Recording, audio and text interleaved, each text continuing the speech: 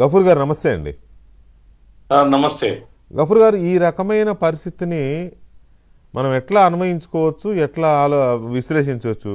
ఇన్ని సంవత్సరాల నుంచి వెళ్లకుండా ఇప్పుడు కూడా అంత సీరియస్గా కండిషన్ పెడితే ఆయన మెమో వేసే ధైర్యం వచ్చిందంటే మరి మరి వెంకటేష్ గారు అన్నట్టు కోర్టులు లీనియన్స్ ఇస్తున్నాయంటే ఇంకా చట్టం ముందు అందరూ సమానమే అనే దీనికి అర్థం ఏముంది? ఇంకా వెంకటకృష్ణ గారు, వెంకటేష్ గారు చెప్పింది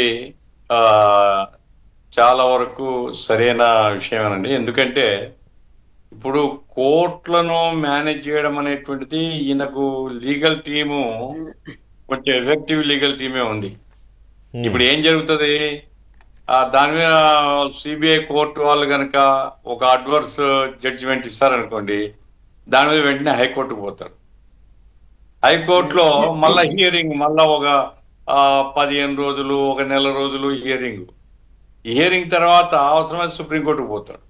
అంటే కోర్టులతో ఆటలాడుకోవడంలో భారతదేశంలో ఇంత కోర్టులను వినియోగించుకునేటువంటి వ్యక్తి ఇంకో వ్యక్తి కనపడలేదు. హైకోర్టు, సుప్రీంకోర్టు, సిబిఐ కోర్టు వీటన్నిటినీ ఆటలాడుకుంటున్నారు.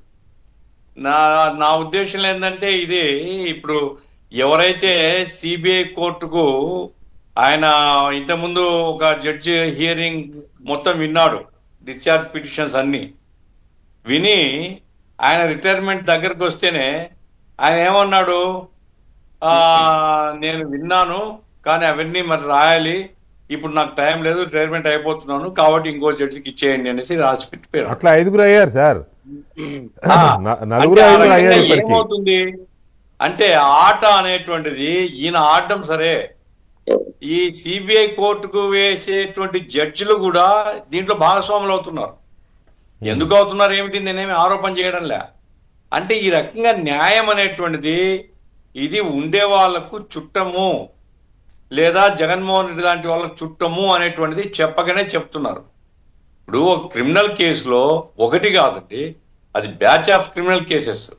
ఈ కేసెస్ లో ఇన్నిసార్లు అవకాశం ఇచ్చి ఇన్ని సంవత్సరాల తర్వాత కూడా అసలు ఇంకా స్టార్ట్ కాలేదు, ట్రయల్ స్టార్ట్ అవ్వలేదు. కరెక్ట్. ఇది న్యాయ వ్యవస్థ ఏమవుతుంది? ఈ న్యాయ వ్యవస్థ మీద ఎవరికైనా నమ్మకం ఉంటుందా? న్యాయ వ్యవస్థను ఎట్లైనా మేనేజ్ చేస్తూ జీవితకాలం అండి, నేను చెప్తున్నాను, ఇది జీవితకాలం మేనేజ్ చేస్తారు. ఇది ఏమీ న్యాయం అనాలా? న్యాయం ఉన్న అందరు సమానం, న్యాయం ఆలస్యం కావచ్చు కానీ ఖచ్చితంగా న్యాయం జరుగుతుంది. ఏం న్యాయం జరుగుతుంది? ఇది ప్రజలదండి. మొత్తం ధనాన్ని దుర్వినియోగం చేశారు.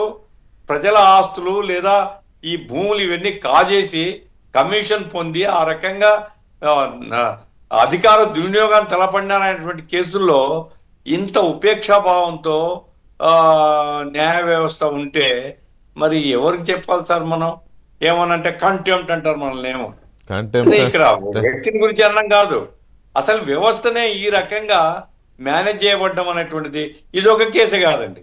ఈ వివేకానంద రెడ్డి కేసు చూస్తున్నాం. ఇదంతా చూస్తుంటే జగన్మోహన్ రెడ్డి గారి వెనకాల ఉండేటువంటి ఆ లీగల్ టీం మాత్రం కోర్టుల్ని ఎట్లా ఆడించాలా, కోర్టుల్ని ఏ రకంగా వినియోగించుకోవాలనేది వాళ్ళకి తెలిసినంతగా మరి ఎవరికి తెలియదు అనిపిస్తుంది. ఆయన మనస్తత్వానికి సంబంధించి కూడా నేను ఒక కామెంట్ చేయదలుచుకున్నాను. నిన్న నేను ఒక పత్రికలో చూశాను, భోగాపురం తెచ్చింది నేను, ఆ తర్వాత గూగుల్ డేటా తెచ్చింది నేను అని అన్ని వరుసగా చెప్పి నేను తెచ్చినట్టు ఈయన చెప్తున్నాడు, అసలు ఏమి ఈయన చేసిందే లేదు అనేసి ఈనాడు ముఖ్యమంత్రి గురించి చెప్తున్నాడు. అంటే ఈ సైకాలజీ ఏం సైకాలజీ అనేది నాకు అర్థం కాలేదు. సైకాలజీ ఏంటి అనేది మొన్న ఆదివారం నాడు మా ఎండి రాధాకృష్ణ గారు రాసినారు కదా, నార్సిస్టిక్. ఒక జబ్బు పేరు కూడా చెప్పారు. ఇప్పుడు ఎట్లా ఉంటాయంటే ఇంకోటి, ఎందుకు ఇట్లా చేస్తాడు ఈయన అనేది మరి సైకాలజిస్టు కానీ సైకియాట్రిస్ట్ మీ పత్రికలో వచ్చినటువంటి ఎడిటోరియల్లో సైకియాట్రిక్ ప్రాబ్లం గురించి రాశారు. సైకాలజీ కాదు, సైకియాట్రిక్ ప్రాబ్లం ఉంది ఆయనకు జబ్బు లాంటిదని. లేకుంటే హెలికాప్టర్ లో పోతూ కింద చెట్లు కొట్టేయడం ఎందుకు సార్? అట్లాగే ఆయన మీటింగ్ పెడితే పరదాలు కట్టడం ఎందుకు సార్? అంటే ఇవన్నీ కూడా ఏదో ఒకటి మరి స్టడీ చేయాలా, ఆ, రైట్. ఎక్కడ మరి ఏ స్థాయిలో చర్యలు తీసుకోవాలో నాకు తెలియదు కానీ కాదు, ఇది ఇప్పుడు ఆ జబ్బు అంటే అదొక రకమైన ఆ రకమైన జబ్బు ఈ ప్రపంచంలో చాలా కొద్ది మందికి ఉంది, దాని లక్షణాలు ఇలా ఉంటాయని ఈయన మా ఎండి గారు రాధాకృష్ణ గారు రాసిన ఆ క్రానాలజికల్ ఇది తీస్తే ఇప్పుడు ఇందులో కూడా ఇప్పుడు ఆయన వేసిన పిటిషన్లో కూడా కొద్దిగా అది అనిపిస్తుంది. దాంట్లోకి వెళ్దాం సార్. ఒకసారి వెళ్లే ముందు రాజేష్ కొంతకాలం